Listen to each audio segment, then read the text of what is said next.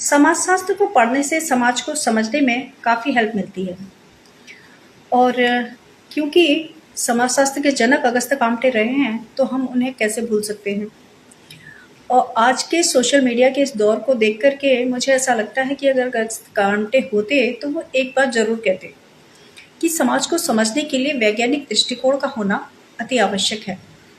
आज के समय में जब सोशल मीडिया के इस दौर पर अफवाहें, अंधविश्वास और बिना तथ्य की बातें तेजी से फैलती हैं, तो अगस्त्य काम्टे का विचार प्रासंगिक हो जाता है।